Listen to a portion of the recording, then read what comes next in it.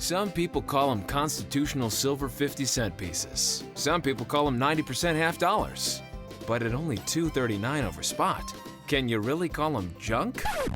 That's right. We've got 90% junk silver half dollars at only $2.39 over spot, now through October 17th. So if you want real silver and increased liquidity in a coin minted by the United States Mint, look no further than these 90% silver half dollars at only $2.39 over spot. 90% silver, 100% a good idea. To get started, email your name and phone number to libertyandfinance@protonmail.com. That's libertyandfinance@protonmail.com, and we'll get right back to you.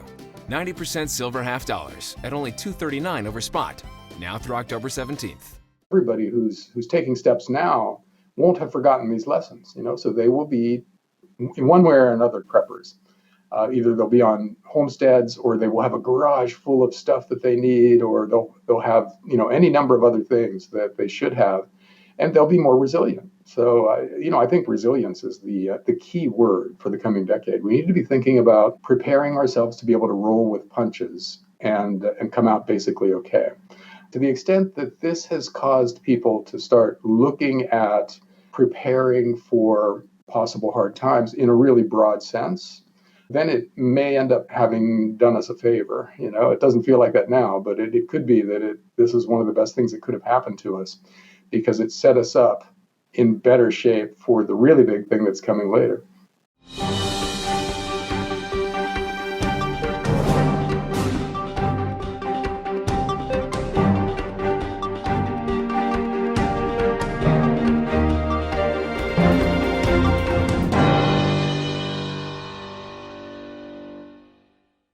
Welcome back to Liberty and Finance and Reluctant Preppers. We're glad to have this returning guest. John Rubino is the founder of dollarcollapse.com. He joins us this Thursday, October 8th, 2020. John, thanks for coming back on the show.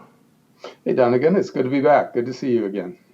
I know you and I were talking about, before we got started here, some of the major events that have been going on in our lives, not the least of which is this enormous convulsion of the COVID lockdowns and civil unrest and everything that's been going on. But as you pointed out, the way you put it was, hey, everybody's a prepper now.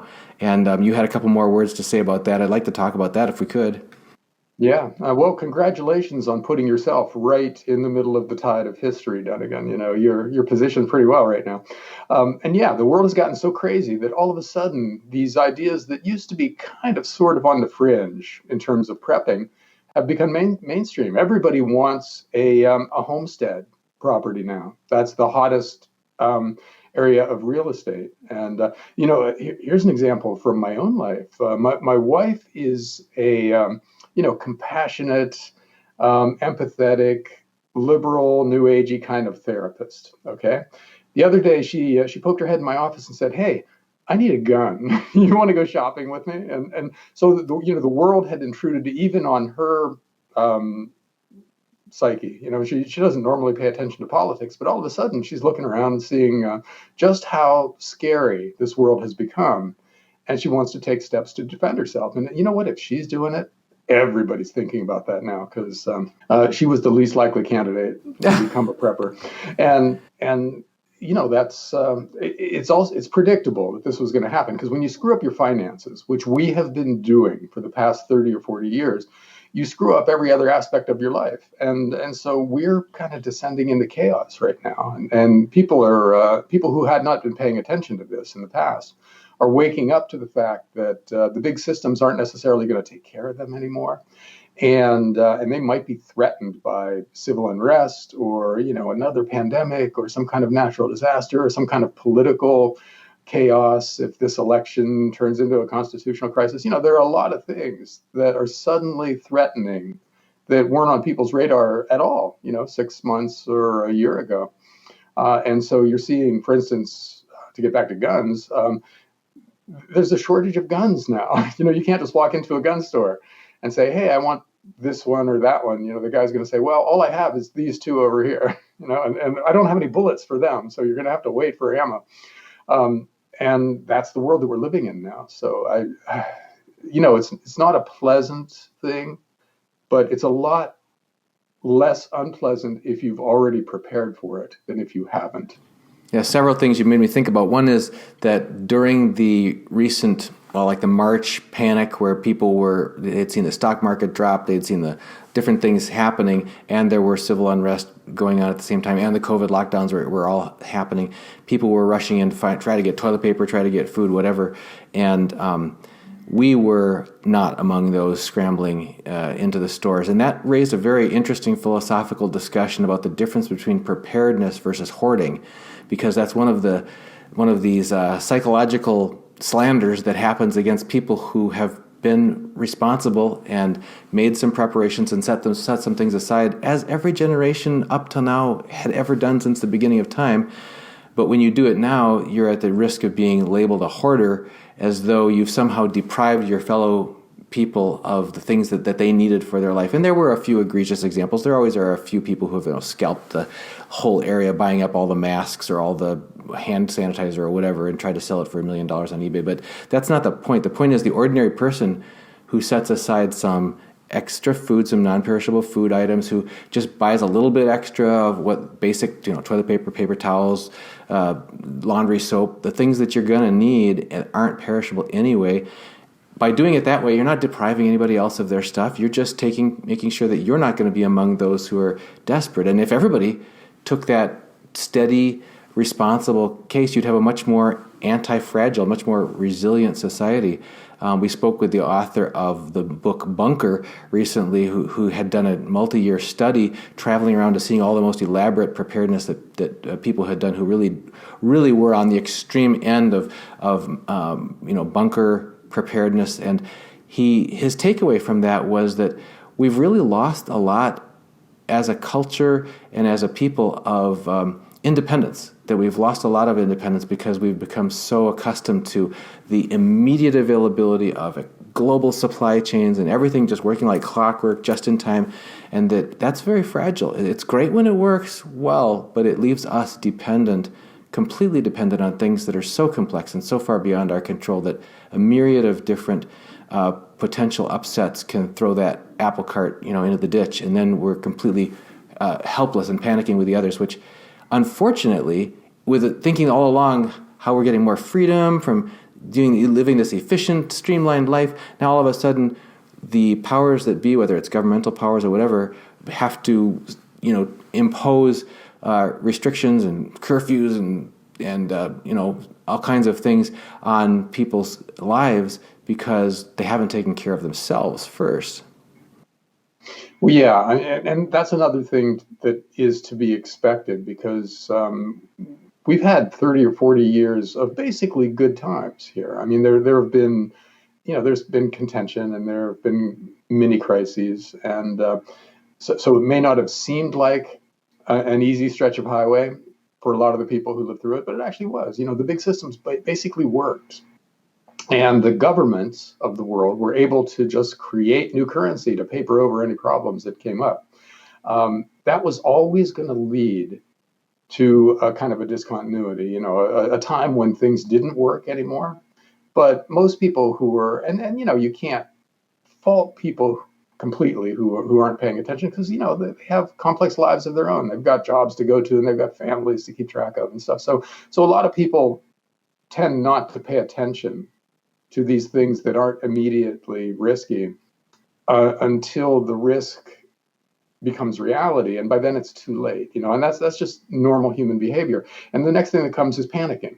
People will panic because they didn't prepare, and they'll look around and see who has a lot, who did prepare, and those guys kind of become the enemy in their mind. So you need to kind of expect that. That's part of the way this thing plays out. And one of the ways of dealing with that is don't advertise, your garage full of food and staples and your gold coins. Especially with precious metals, you definitely want to own a lot. You want it on hand. You want it available for when the financial system really flakes out.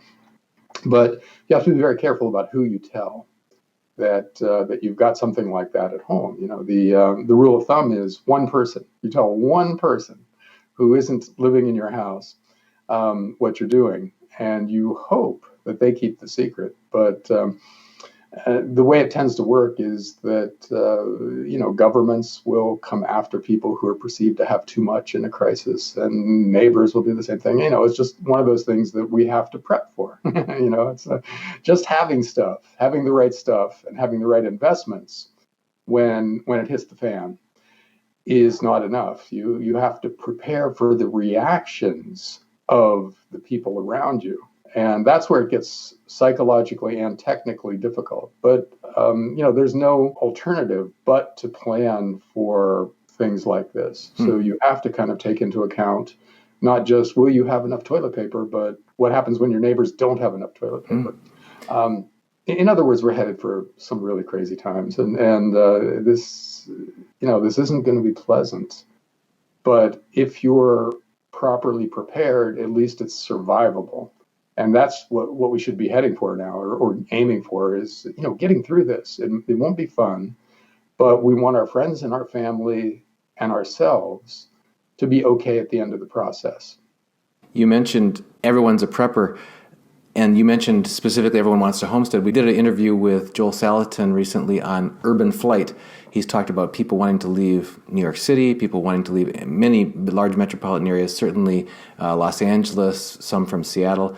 And you live in the Northwest, and there's pressure. We've been talking for months and months with realty specialists there who specialize in relocation for people that are seeking homestead locations. And they're so busy now, they hardly return phone calls because they're getting inundated in some of the most desirable areas. So we feel like, we thought we were, going to be in time to find a place.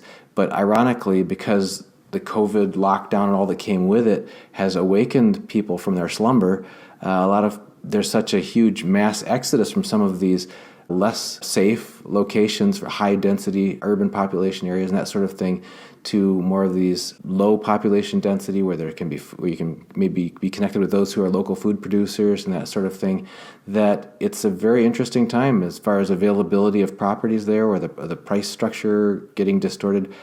You mentioned beyond the real estate, if everyone's a prepper, we've all experienced this. Like most people became homeschoolers overnight there for a period of months. Families back home again, not doing business travel, that sort of thing.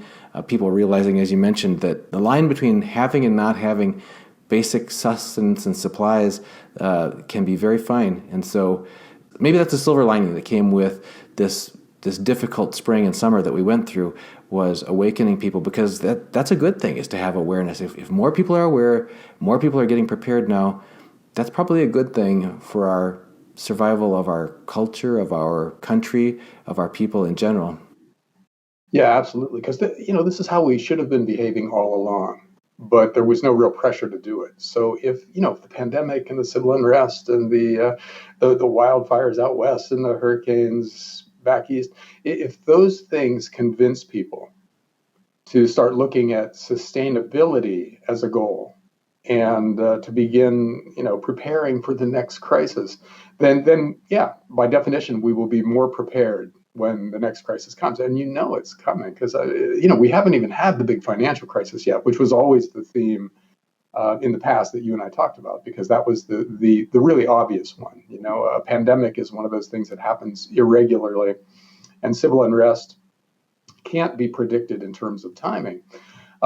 Nor can hurricanes and things. But the financial crisis that was coming was just right there. We were screwing up our finances on such an epic scale that it was eventually going to cause the value of the big fiat currencies in the world to start to fall. And that was going to derail everything. It was going to take away the power of governments to paper over smaller problems with newly created currency, because that currency would be falling in value. And so they wouldn't have those tools anymore. So that was always coming.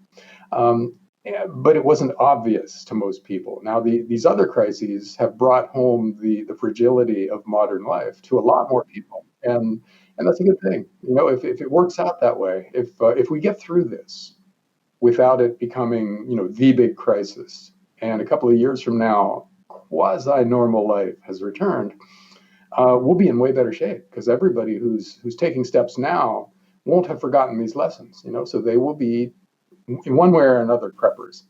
Either they'll be on homesteads, or they will have a garage full of stuff that they need, or they'll have any number of other things that they should have.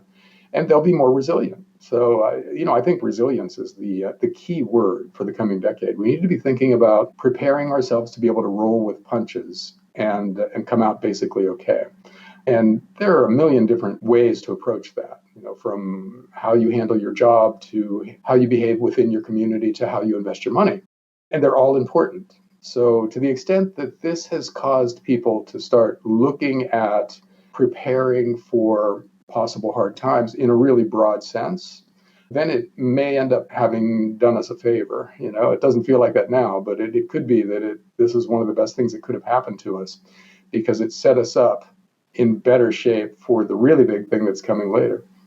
That brush with reality is usually a good thing in life if it gives us a wake-up call. The thing that infuriates me at this time is that in the face of this, the words from official sources are almost uniformly just placating, like, we're having a super V recovery. And it's like, really? The economy? You're talking about people and their jobs and the small businesses? Is that what you're talking about? And also, we just saw the article come out today on Zero Hedge. Goldman Sachs finds the pandemic recession was actually not that bad. So just so you know, it really wasn't a problem. Back to, there's nothing to see here, folks. Move along. It's when you get that misdirection and go back to sleep as the officials are playing their violins. Like, how can that be for the good of the people? That's what just gets my blood boiling.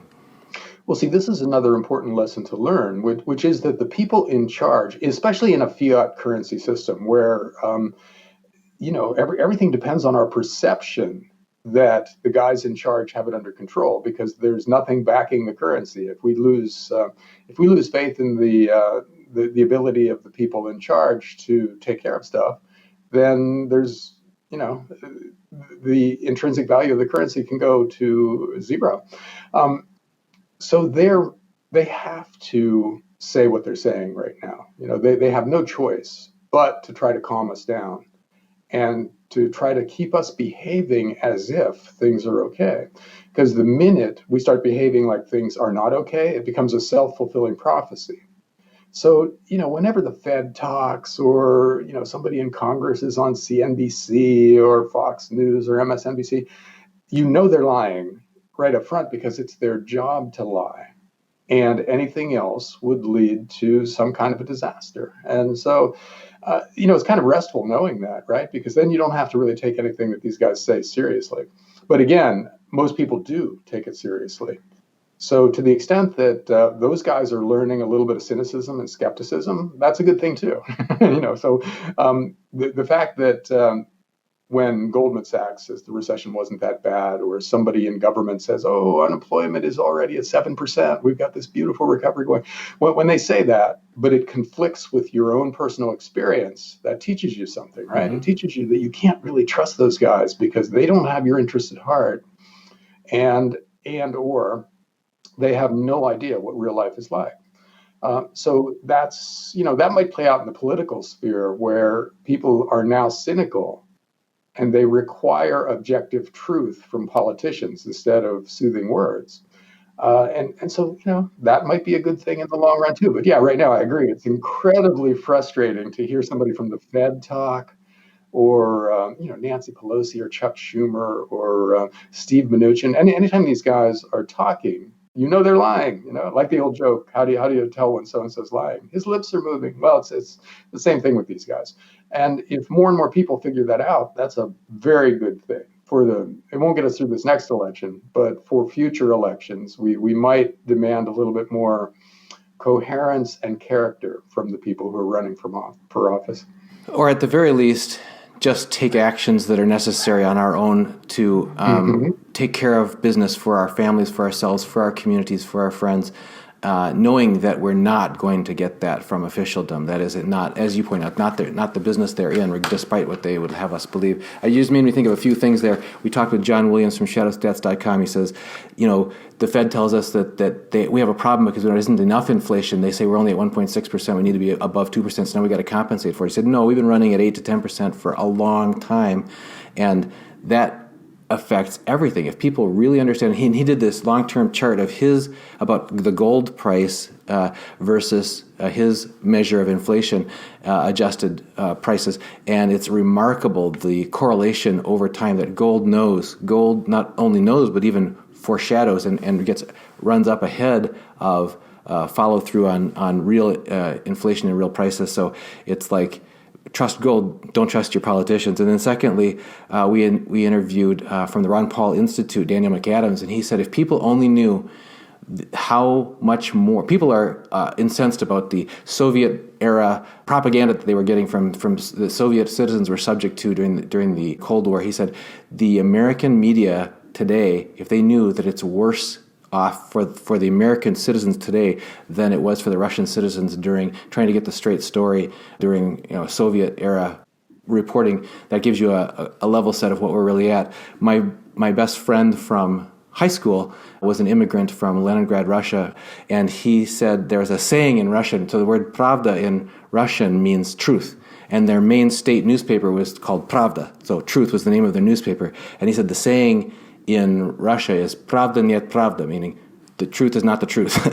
and also we thought about the movie about Noah, who you've got, as you just said, you've got to be willing to be wrong or look wrong for a while. You've got to be willing to be out of step with the main narrative. But that gets back to trusting your gut, trusting your eyes, trusting what you see, what you know, and just take those actions you need to take, even though nobody in officialdom is going to be telling you that that's the right thing to do.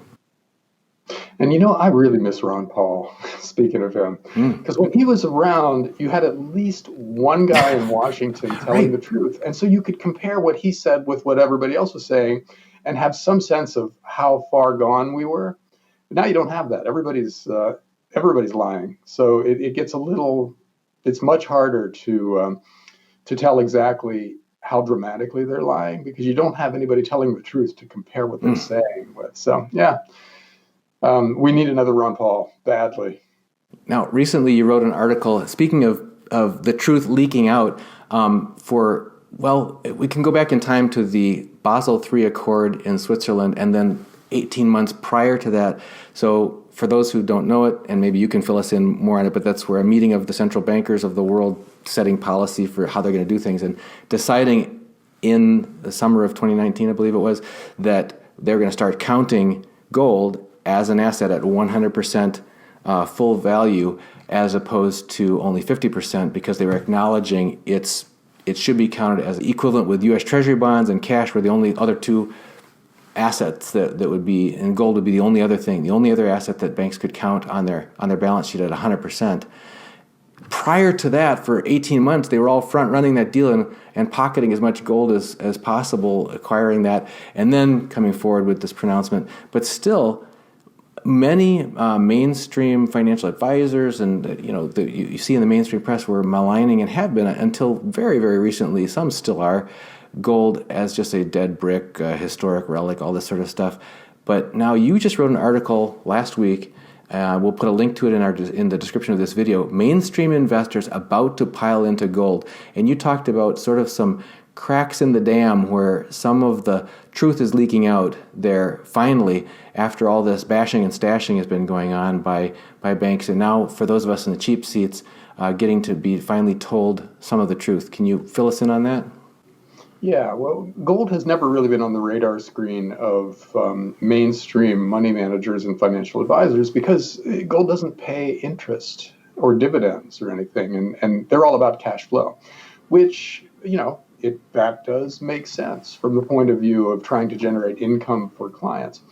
But lately that's begun to change as, a lot of really big name people in the financial community have come out and started recommending gold for their clients. Ray Dalio is one big name.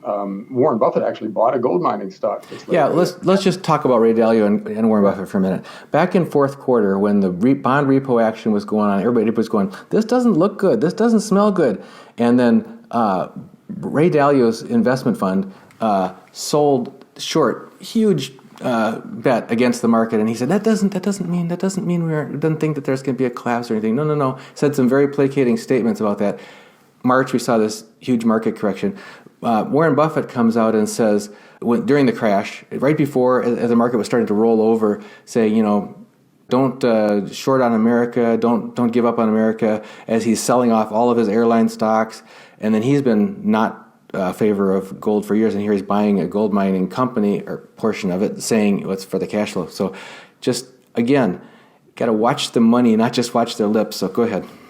Yeah, because these guys have to talk their books just like politicians do, because they don't want to spook the market. If you own a bunch of stocks and you're going to sell some because you're getting nervous, you still have the stocks that you didn't sell, so you don't want to spook the market and have it collapse because you sold something. So these guys have to use placating words at the same time that they're shifting their finances away from, say, growth stocks and towards safe haven assets.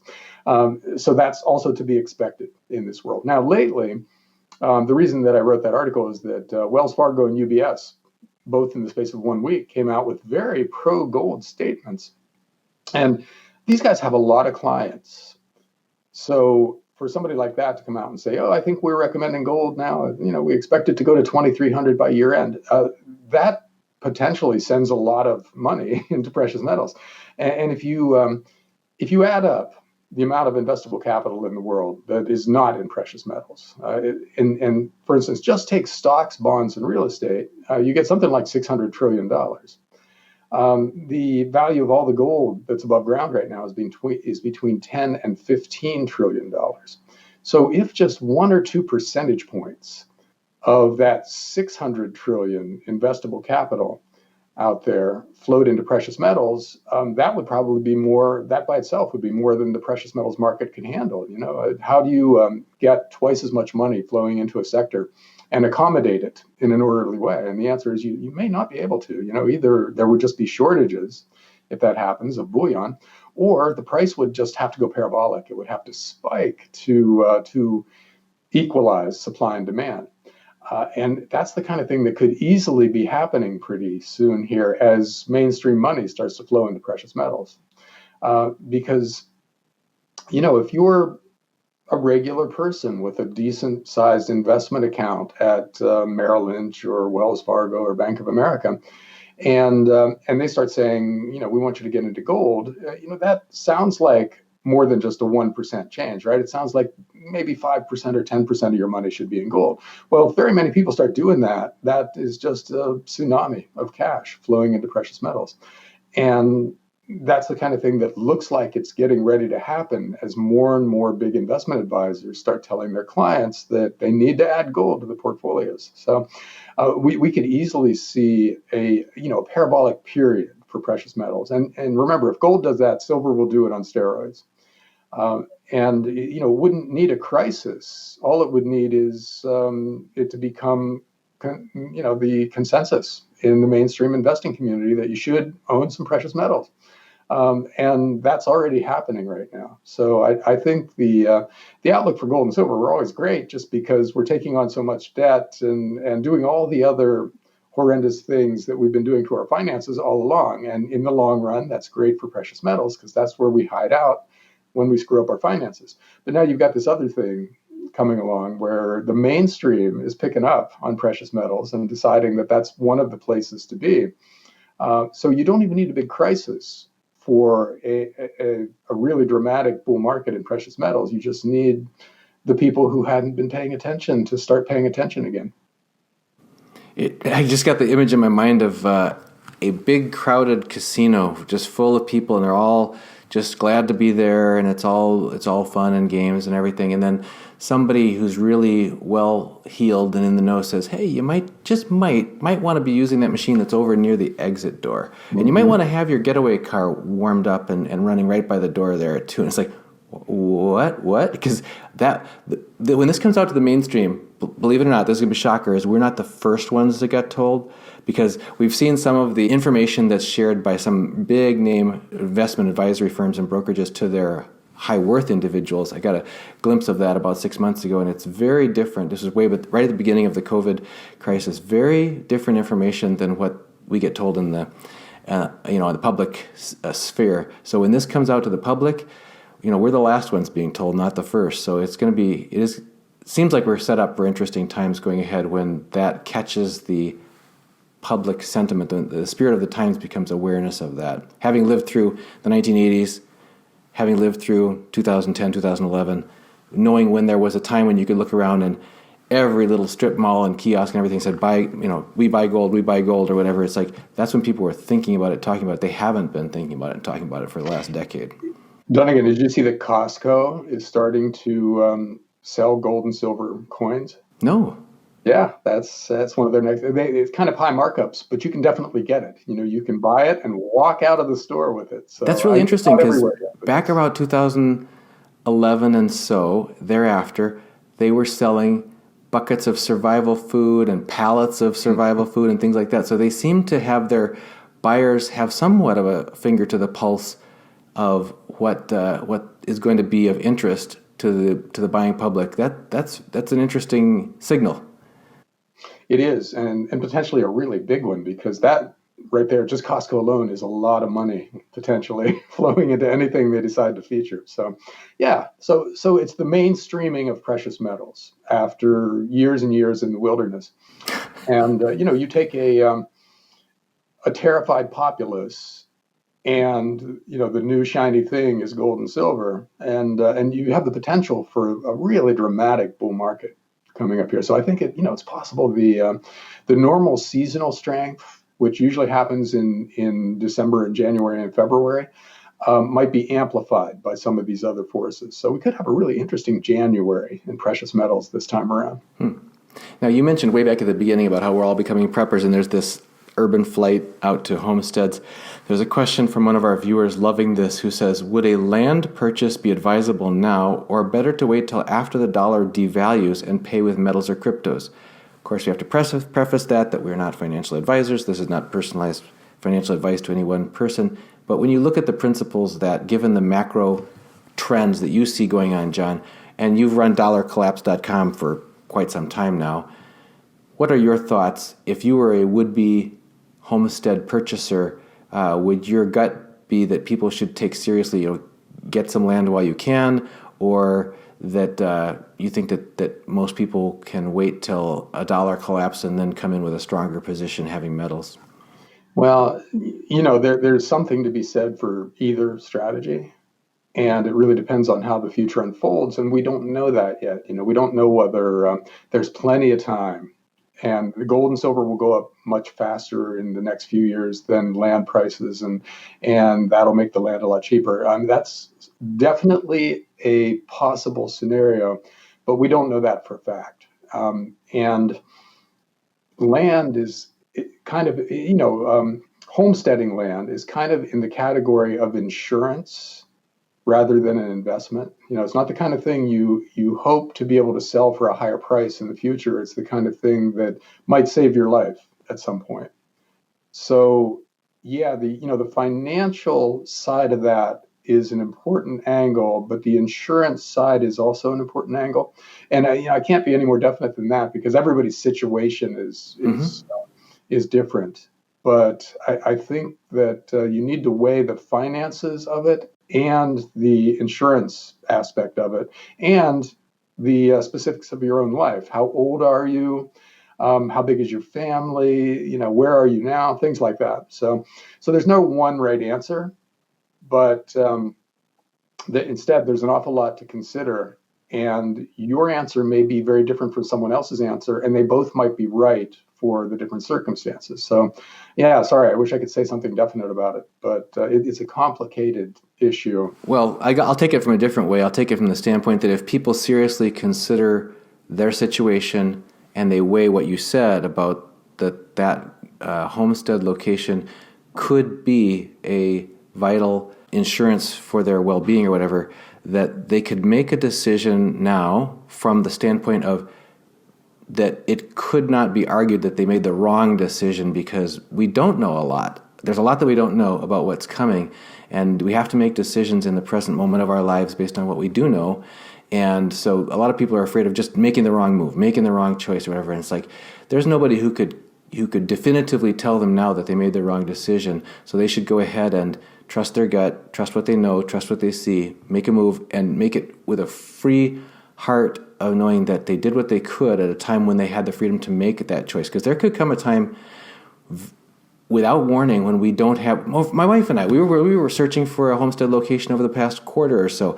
There were periods of that time when we couldn't. We live in Northwest Ohio. We couldn't travel to our neighboring state of Michigan, which is only a 20-minute drive from here, because the government of Michigan said their realty agents was a non-essential industry, and there were no house showings. So we couldn't even go there. We tried going down to Florida. We actually went down to Florida to look at some homes, but when I came back, I couldn't have the necessary medical procedure that I needed because it was said, well, you just traveled to Florida in the last 2 weeks. So all I'm saying is things could mess us up really bad in our ability to say, well, I'll just go shopping for a house next month or 3 months from now or 6 months from now. It's like, maybe you won't be able to. So that's another thing. People can't tell you that you're wrong if you make a decision based on what you feel in your gut is the right thing for you at this time. Nobody can argue with you about that. That's all.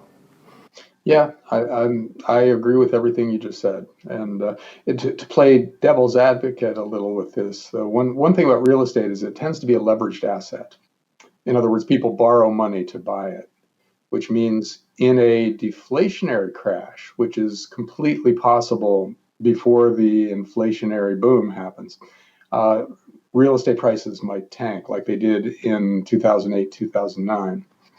And if you've borrowed an awful lot of money to buy something, and you have trouble paying the interest on the loan that you took out, then you lose everything. So one thing you want to avoid at all costs is to leverage yourself up to buy any kind of real estate, because it's at a high price point right now, and it's a really cyclical market where, as good as things seem now, they can be that bad in 2 years. So you have to be very careful about how you buy something like a homestead property. And my wife and I have had that conversation too. For people who they don't have savings, but they do have a job and they have income, as you're saying, they could expose themselves quite significantly if they take on because mortgage rates are very attractive by historical measures right now, 3% or less or whatever. So you think, well, I can't pass up that opportunity. I got to lock down that big fixed rate mortgage, and I can always pay it because look, the payments aren't too bad given that I have a job. So, but we always think about what's the plan B. So if the downside scenario is your industry becomes impacted or some way, or you get laid off or whatever, now you don't have that income, that exposes you to that leveraged set. But if instead somebody has significant savings in metals or whatever on the side, and they just don't want to sell those at today's prices, then the idea of taking out a fixed mortgage just because they don't have to, but they'd prefer to, knowing that the plan B is, well, worst comes to worst, if I don't have this other stream of earned income to make my payments, I could pay it off, from my solid savings or something. Different people might have different situations and should go through that whole reflection as part of making that decision. But right, I get what you're saying is don't increase your risk of ending up upside down if you can't afford it.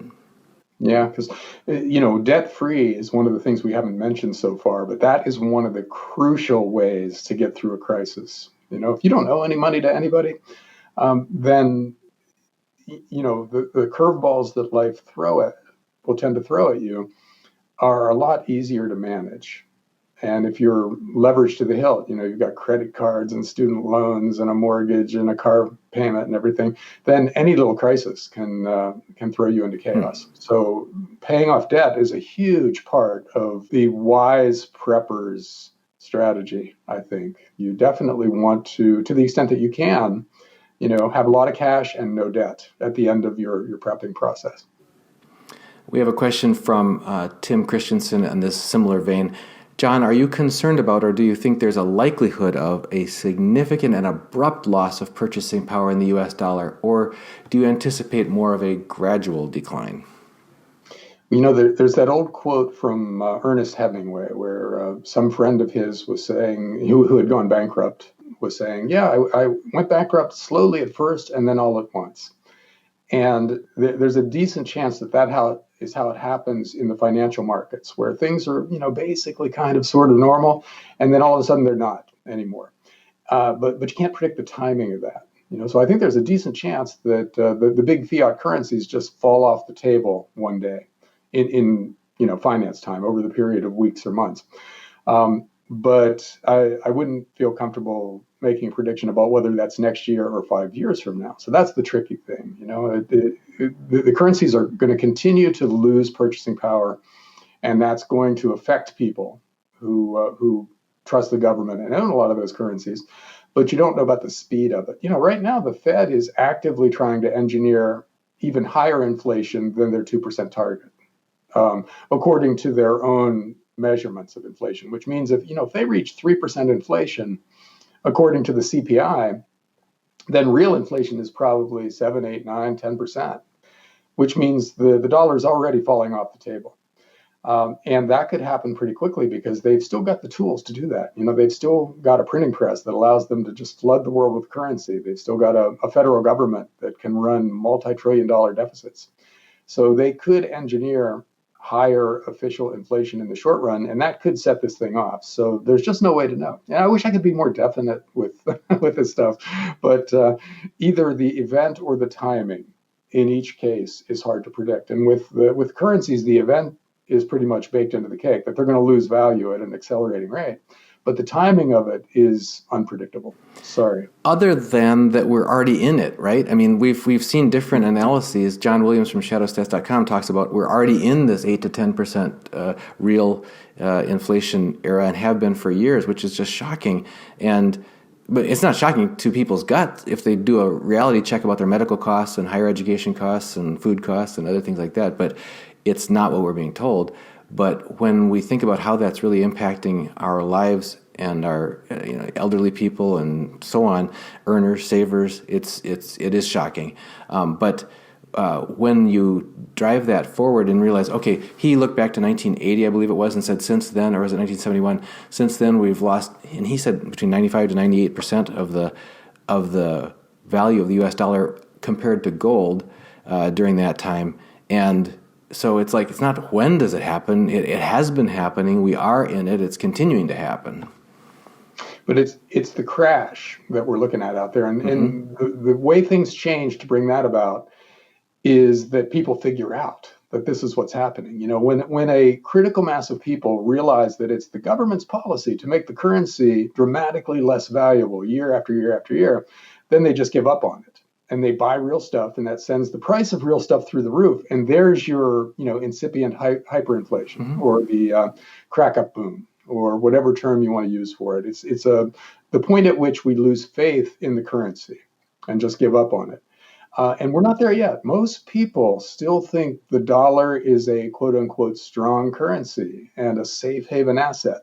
So we need a lot more people to realize that that's not true about the dollar anymore and to act accordingly. And it's very hard to predict psychological changes in the marketplace in the aggregate, when everybody figures something out and acts on it. But, it seems like it should have happened 20 years ago. And so if it didn't happen then, it may not happen next year, but it might, and that's the thing that is out there looming in our future, this huge currency crisis that for most people comes out of the blue. But for the handful of people who are expecting it, is long overdue. Someday it's going to happen, but we don't know when.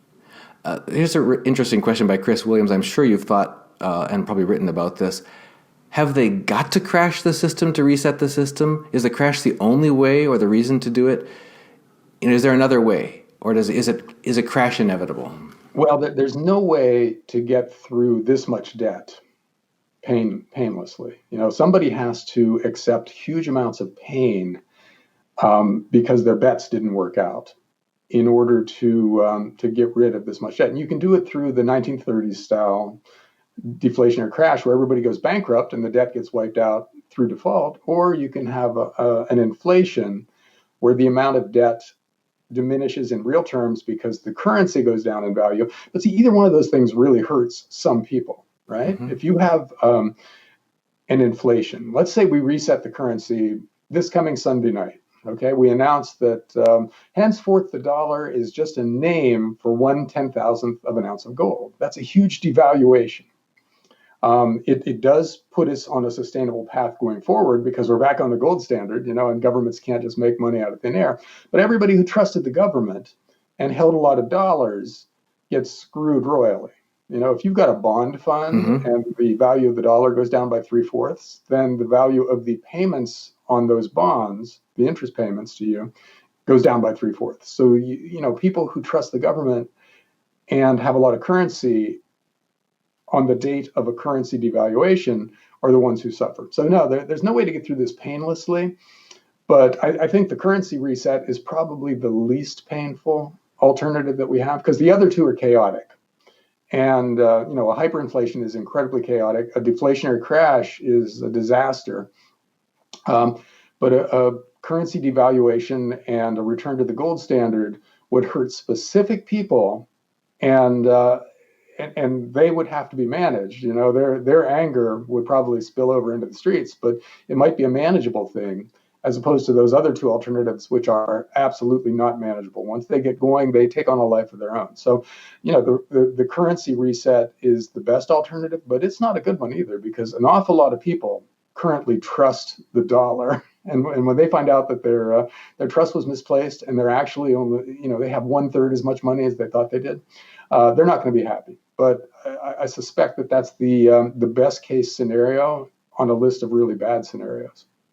It reminds me of a comment that you made back when the place that I met you was at the original Liberty Mastermind Symposium in Dallas, Texas, and you said there are myriad possibilities, many of them catastrophic. That sort of thing. We don't know which one is going to play out, but those are things that you watch. People who want to follow your work, where should they keep up with you? Well, I run dollarcollapse.com, which talks about this stuff ad nauseum and is updated pretty continuously. So that's the place to see what the dark side of the financial world looks like. And I have a join our email list button. So click there, put your email address in, and I'll send you whatever I write. That's awesome, John. I also want to remind people, go to libertyandfinance.com and sign up for our free email. We send it out 3 times a week. It includes links to all of our interviews with all of our guests, including any links to articles or offers or resources that come up during those, full descriptions of everything. John, as always, thank you for joining us again on Liberty and Finance. Thanks, Donegan.